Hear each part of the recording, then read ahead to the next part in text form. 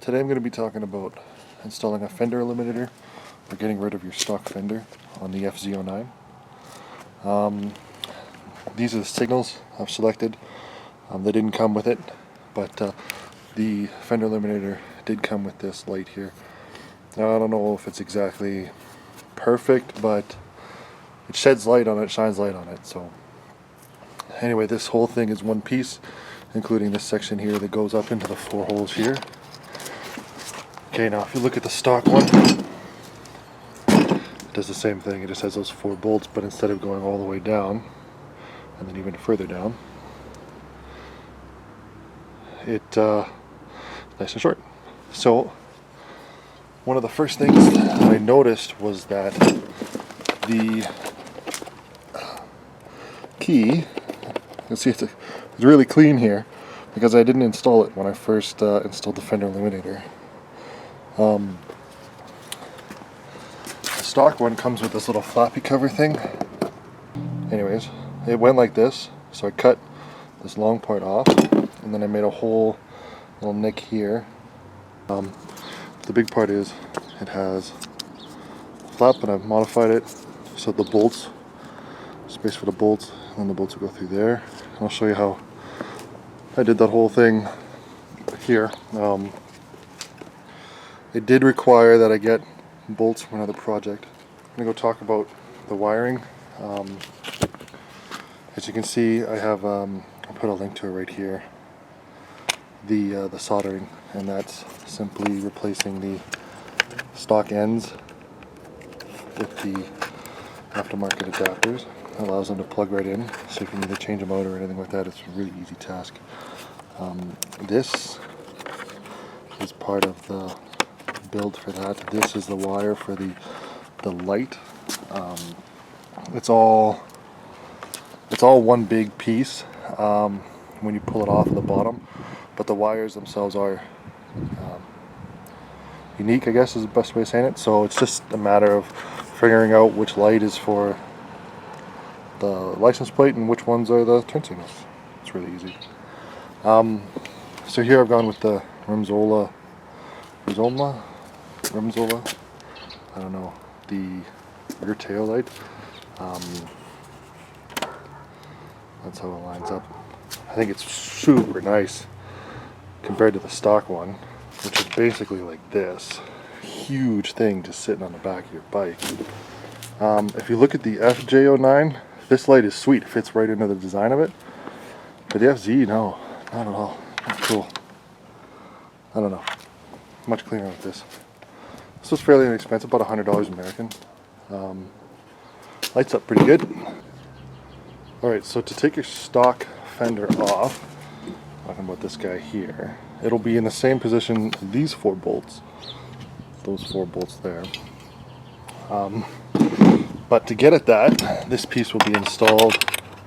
So you'll need a 4mm hex to take that guy out, and then an 8mm socket to take these screws out, nuts out, excuse me, and then the same thing on the other side. And the most important thing will be this guy right here. It's a little pop rivet, so you push down on him.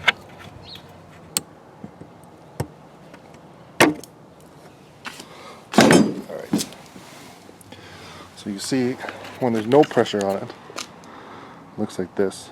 So it sits flush in like this, and you see it spreads out. So you just come along, you push from the top, okay, and it lowers those things around it. A little bit of force needed to get it past the clip. As you see, it does pop in. So now we have all these out, free and open. I'm going to talk about what's going on the bottom side of the bike. Here we go. Okay, so as you can see here, this piece, I've been riding the bike without the seat release on it. I just had to jam a screwdriver up in here and to release the seat. As I waited to determine what I was going to do for this. So here's my solution.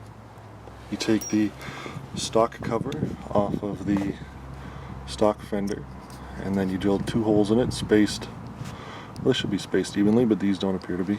And what you're going to do is you're going to take a bolt, run it up through the bottom of the receiver. I don't know if I can get a picture of that, but I can definitely get it on the top.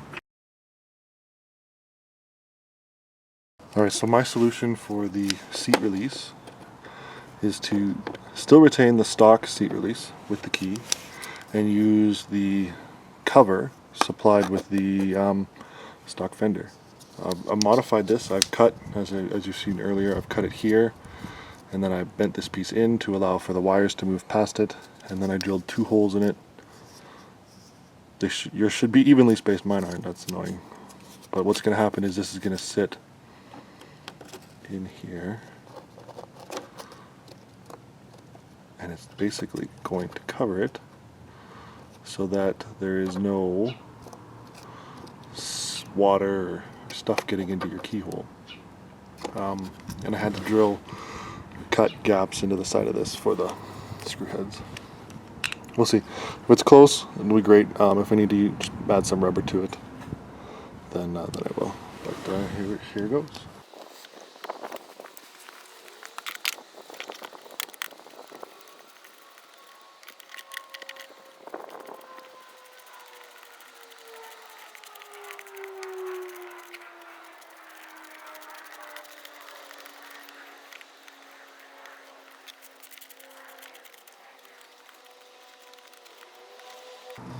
Okay, so you can see that it doesn't close completely yet. That's because the screws aren't all the way in. Oh, I push it in and it works. But now I'm going to tighten everything down now, and you can see it's sealing along here. So when everything's tied in nicely, it should look good. You can see the key. Here's the keyhole there. And the reason you have to tighten it twice is because these bolts screw into the actual seat, and the seat has a locking part of it. So you're going to need to screw the bolts in there, and then you're going to need to bolt on with washers. Oops. Bolt on with washers, they release to the top. Wow, that's hard upside down. A washer.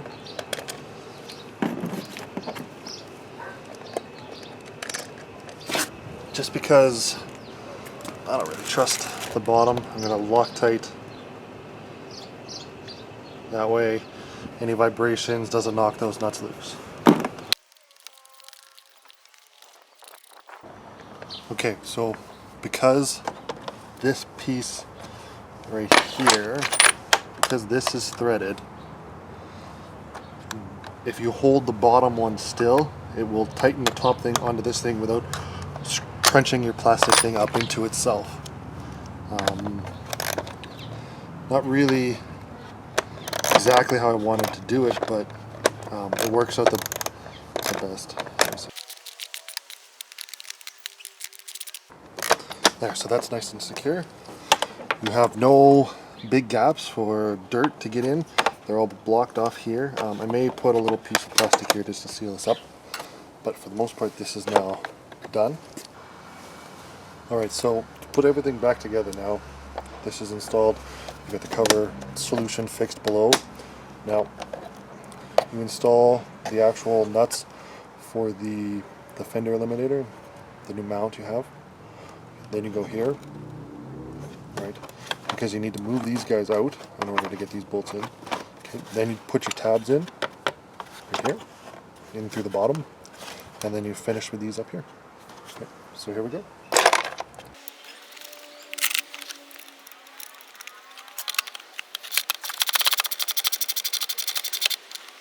Okay, these nuts are locking nuts. There's a piece of locking metal on top.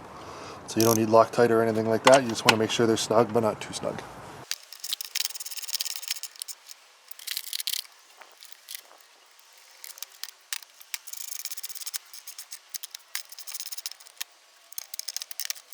Alright, next we're going to use the 8mm socket to put the seat attachment back on.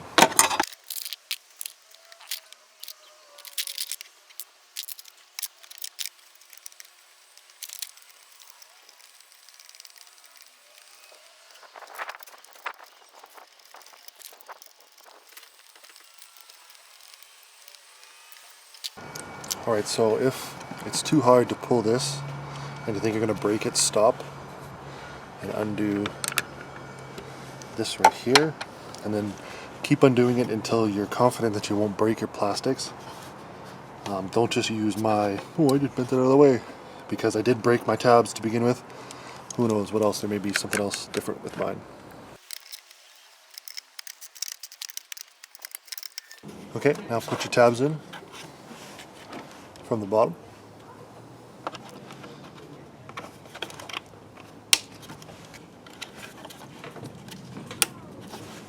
Alright, so now that this is secure, you want to make sure that you tighten these bolts to spec. Don't over tighten them.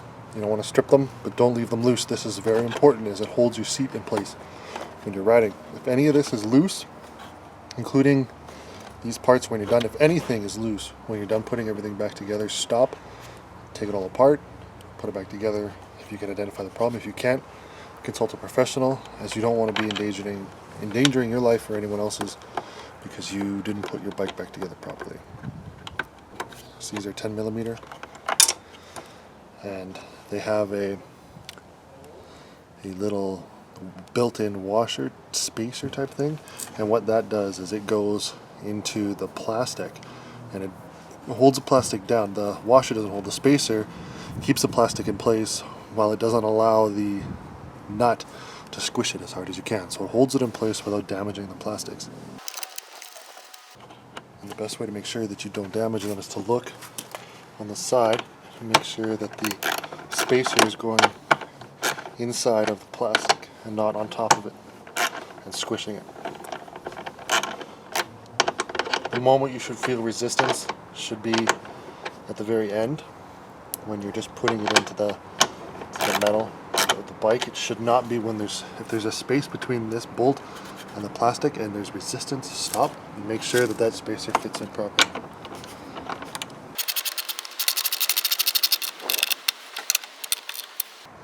Double check your wiring is connected, your brake is connected. Alright, then go turn your bike on. Alright. Make sure that your brake light works and that your license plate lights are illuminated.